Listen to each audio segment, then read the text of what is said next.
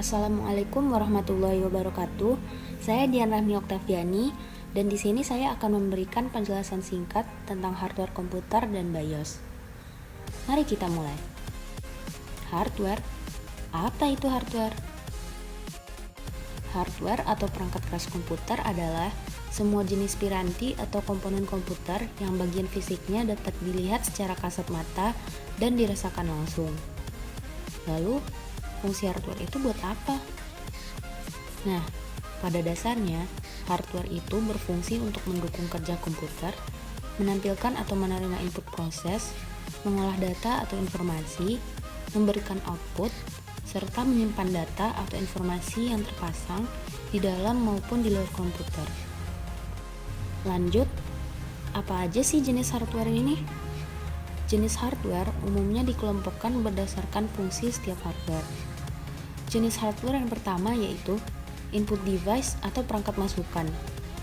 Jenis perangkat keras komputer ini berfungsi untuk memasukkan data atau informasi dalam bentuk teks, gambar, video, dan audio ke komputer. Beberapa contoh hardware yang termasuk input device yaitu keyboard, mousepad, microphone, webcam, joystick, dan lain-lain. Terus, yang kedua ada process device atau perangkat proses. Sesuai namanya, perangkat keras jenis process device ini berfungsi untuk mengolah data dan menjalankan proses pada sistem komputer. Contoh process device yaitu CPU, RAM, VGA, dan sebagainya. Yang ketiga, ada output device atau perangkat keluaran. Output device ini berfungsi untuk mencetak dan menampilkan informasi dari hasil input data. Untuk data tersebut berasal dari hardware proses yang terlebih dahulu masuk melalui hardware input. Contohnya seperti speaker, monitor, dan printer. Dan yang terakhir, ada storage device atau perangkat penyimpanan. Storage device merupakan perangkat keras komputer yang berfungsi sebagai media penyimpanan dan berguna untuk menyimpan data-data komputer. Contohnya seperti hard disk, floppy disk, CD atau DVD, dan flash disk. Setelah membahas tentang hardware, kita akan mulai membahas tentang BIOS. Apa sih yang dimaksud dengan BIOS? BIOS adalah singkatan dari Basic Input Output System yang merupakan sebuah perangkat lunak atau software yang ditulis dalam bahasa assembly yang mengatur fungsi-fungsi dasar dari hardware komputer. Nah, BIOS ini berada dalam sebuah chip memori, yaitu ROM atau flash memory berbahan CMOS yang terdapat di motherboard. Lalu, BIOS itu fungsinya buat apa?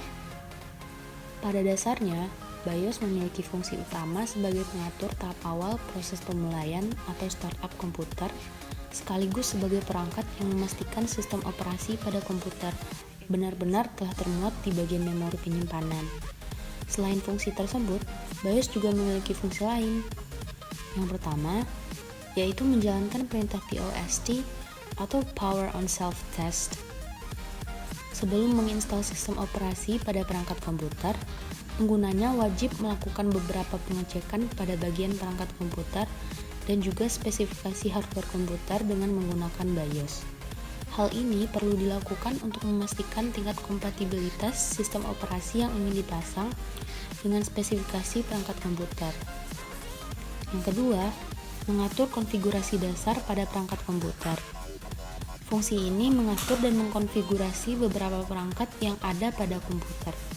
Cara kerja BIOS dalam konfigurasi perangkat komputer ini adalah dengan memberikan informasi dasar yang dibutuhkan untuk bisa beroperasi.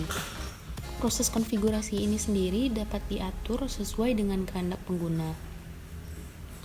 Dan yang terakhir, memberikan informasi dasar pada perangkat komputer. Fungsi ini memberikan informasi dasar tentang proses interaksi yang berjalan di tiap-tiap bagian yang ada pada perangkat komputer. Contoh informasi yang diberikan oleh BIOS adalah informasi mengenai drive ataupun memori yang akan digunakan sebagai media penginstalan sistem operasi pada komputer. Terus, gimana cara masuk ke menu BIOS? Pertama, masuk ke menu settings di laptop atau komputer kalian. Kemudian, klik menu Update and Security. Lalu pilih menu Recovery, kemudian pilih Advanced Startup, dan klik tombol Restart. Setelah itu, pilih menu Troubleshoot.